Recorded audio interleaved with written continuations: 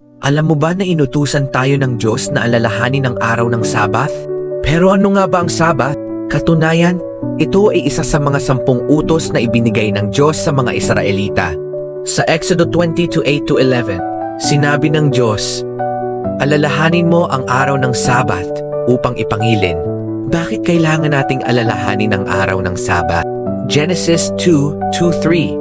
At nang ikapitong araw ay nayari ng Diyos ang kanyang gawang ginawa. At siya'y nagpahinga ng ikapitong araw sa madlang gawang kanyang ginawa. At binasbasa ng Diyos ang ikapitong araw at kanyang pinabanal. Sapagkat sa araw na yaoy nagpahinga, siya sa madlang gawang nilikha at ginawa ng Diyos. Ginawa ng Diyos ang langit at ang lupa at ang lahat ng bagay na nasa mundo sa loob ng una hanggang ika-6 na araw.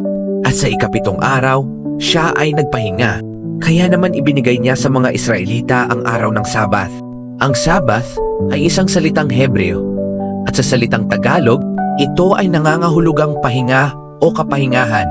Kaya ibinigay ng Diyos ang ikapitong araw sa mga Israelita para sa araw ng pamamahinga at pag-alaala sa Diyos. Kung ganoon, kailan ang ikapitong araw sa isang linggo? Ayon sa diksyonaryo, ang salitang linggo ay nangangahulugang unang araw ng isang linggo at ang salitang Sabado ay ikapitong araw. Pinatunayan din ng Biblia na ang ikapitong araw ay Sabado. Ang Mark 16:9, Lucas 24:1 at John 22:1, totoo ay nagpapakita na si Jesus ay nabuhay sa araw ng linggo. Pero sa Matthew 28:1, sinasabi, pagkaraan ng Sabath, nang nag-uumaga na sa unang araw ng sanglinggo, ay naparoon si Maria Magdalena at ang isa pang Maria upang tingnan ang libingan.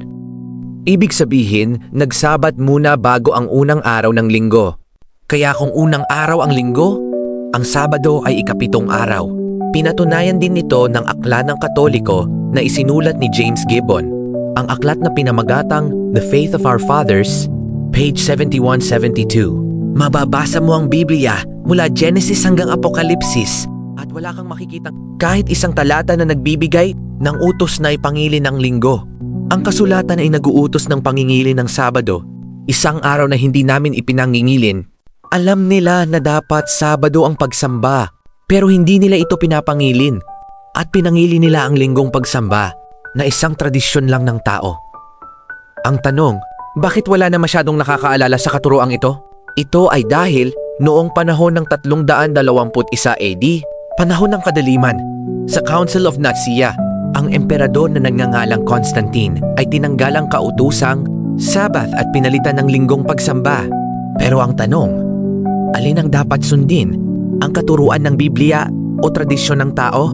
Matthew 7:21-23. 21. Hindi ang bawat nagsasabi sa akin, Panginoon, Panginoon, ay papasok sa kaharian ng langit, kundi ang gumaganap ng kalooban ng aking Ama na nasa langit. 22. Marami ang magsasabi sa akin ng araw na yaon, Panginoon, Panginoon, hindi ba ganang hula kami sa iyong pangalan at nangagpalabas ng mga demonyo sa iyong pangalan? At sa pangalan mo'y nagsigawa kami ng maraming makapangyarihang gawa? 23. At kung magkagayoy ipahahayag ko sa kanila, kailan may hindi ko kayo nakilala? Magsilayo kayo sa akin, kayong nagsisigawa ng kalapastanganan. Tandaan, gaano ka man gumawa ng mabuti, magpalayas ng demonyo gamit ang pangalan ng Diyos, at gumawa ng mga himala at kapangyarihan gamit ang pangalan ng Diyos. Kahit gaano ka kasipag sumamba sa Diyos o kahit gaano ka kabanal, kung hindi mo nasusunod ang kanyang kalooban, hindi ka makakapasok sa langit. At sasabihan kanyang sinungaling at gumagawa ng masama. Kaya dapat sundin natin lagi ang utos ng Diyos at magsamba sa araw ng Sabad o ang Sabbath ng Diyos.